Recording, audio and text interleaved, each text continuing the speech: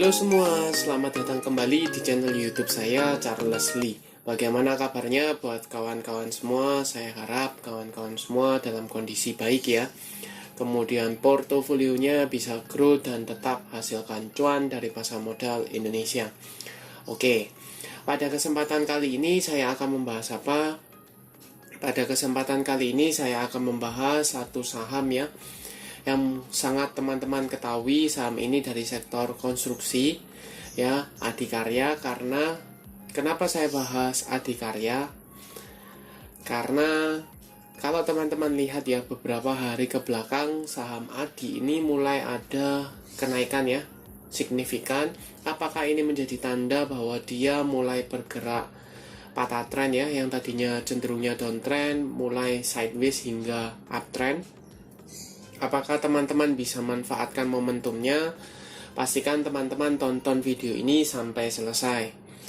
Buat kawan-kawan yang baru pertama kali mampir ke channel YouTube saya ucapkan selamat datang, selamat menonton. Semoga informasi yang kami sampaikan melalui video-video yang kami buat bisa bermanfaat buat kawan-kawan semua untuk membantu pengambilan keputusan. Oke, tanpa berbasa-basi ya, kita langsung masuk ke pembahasannya. Untuk saham Adikarya Persero atau Adi, seperti yang teman-teman ketahui, tanggal 9 Juni 2023 saham Adi ini ditutup mengalami penguatan ya, 3,43% ke level 422. Kalau teman-teman lihat di sini, dia sebenarnya sudah confirm ya. Kenapa confirm? Karena dia sudah break dari EMA 50 disertai dengan volume ya. Jadi EMA 50-nya di mana? EMA 50-nya ada di 392 dan posisi sekarang di 422. Nah, pertanyaannya, apakah dia akan lanjut naik atau sudah confirm dia patah tren?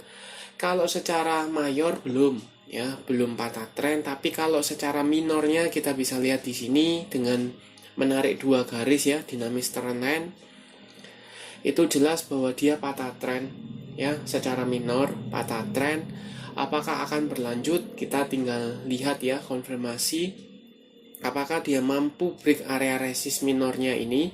Kalau seandainya dia mampu, maka ada potensi ke level 500-an ya, level psikologis area resist level 500 dan bertepatan dengan EMA 200-nya seperti itu. Nah, kita coba cek ya di sini. Kalau seandainya teman-teman punya nih di daerah bawah, di posisi let's say di 350-an ya, 340-an, ini sudah mengalami kenaikan berapa ya? 22%. Jadi so far selama 1 minggu ini sudah naik 22%.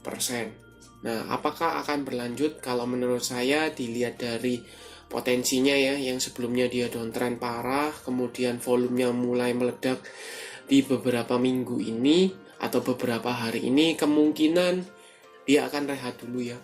Kemungkinan dia akan rehat, minimal dia akan perlu konfirmasi lanjutan ya. Apakah dia memang break dari EMA 50-nya dan dinamis trend line-nya ini atau tidak. Kalau seandainya dia koreksi tapi masih tertahan di atas dan mampu bertahan, maka dia confirm, teman-teman bisa entry ya. Untuk tambah muatan, turunkan averaging price, itu mungkin masih bisa. Tapi kalau seandainya buat teman-teman yang belum punya, mau mengejar saham Adi, saya rasa kalau dilihat dari sentimen konstruksinya itu belum ada sentimen ya cukup signifikan, mulai dari Adi, Wika, WSKT seperti itu ya. Apalagi untuk Wika dan WSKT, ini sedikit saya bahas WSKT dan Wika ya. Seperti yang teman-teman ketahui, ada kecenderungan bahwa laporan keuangannya dipoles ya. Jadi kalau seandainya itu benar, ini disclaimer on ya, seandainya pemberitaan bahwa laporan keuangannya untuk WSKT dan Wika ternyata memang betul itu dipoles, maka akan menjadi sentimen negatif ya. Mungkin bisa ARB mungkin bisa akan dijauhi ya sementara waktu. Karena kenapa? Karena laporan keuangannya kalau dimanipulasi, investor tidak tahu ya. Investor retail seperti kita ini tidak tahu apakah benar kinerjanya seperti itu atau tidak.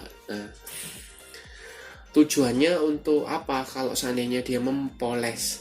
Pastinya untuk yang tadinya negatif ya, yang tadinya misalnya istilahnya menutupi realita yang sebenarnya ya, dengan harapan ketika laporan keuangannya itu dipoles maka investor tertarik, merasakan tetap aman sesuai dengan jalurnya, maka dia tetap investasi. Nah, ketika itu seandainya benar-benar terjadi, maka menurut saya cukup memberatkan untuk Wika dan WSKT ya. Nah, apa pengaruhnya ke ADI?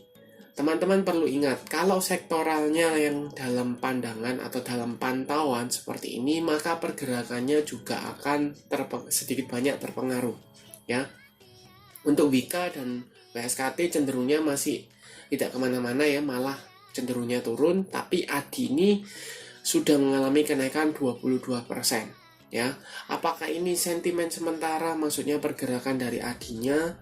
Saya coba cek beritanya, ternyata tidak ada pergerakan atau tidak ada sentimen yang cukup positif untuk ADI ya. Jadi so far belum ada sentimennya, belum keluar beritanya. Tapi kalau dilihat secara volume di sini jelas volumenya keluar ya. Satu minggu ini aja volumenya keluar.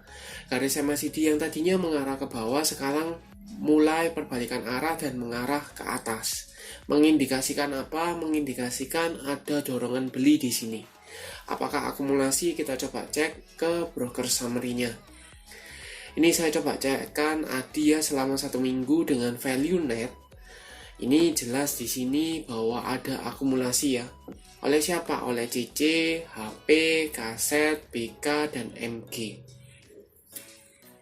Yang jual siapa? YP, SQ, NI, DR, dan XC.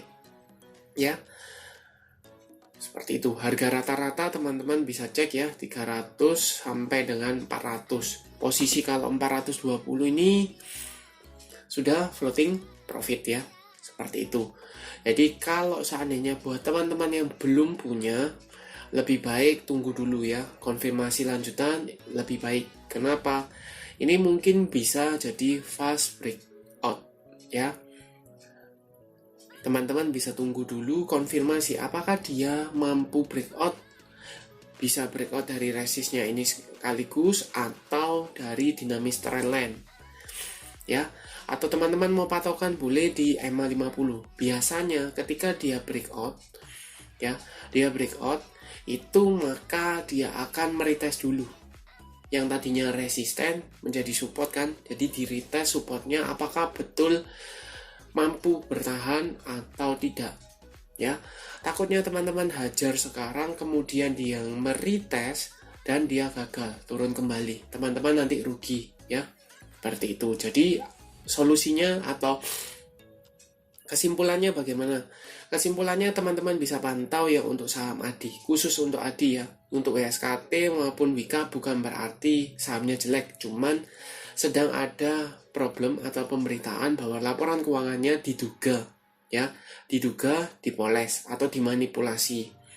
Nah, itu kita bisa sambil tunggu ya waktu apakah memang dimanipulasi atau tidak. Nah, untuk ADI-nya sendiri ini seperti yang tadi saya sampaikan, teman-teman bisa lihat mungkin Senin atau Selasa apakah dia konfirmasi berada di atas area resist atau minimal EMA 50-nya. Kalau minimal berada di atas EMA 50, teman-teman bisa cicil beli ya selama bertahan di atas EMA 50. Karena kenapa? Yang tadinya di bawah EMA 50 mulai berada di atas EMA 50 dan ada kecenderungan untuk meretest area resist di EMA 200 atau level psikologis Rp500. Seperti itu. Ya. Oke, sekian untuk pembahasan dari ADI. Terima kasih sudah menonton sampai akhir. Jangan lupa like, share, dan subscribe channel YouTube saya dan nantikan video analisa saham berikutnya. Sampai jumpa.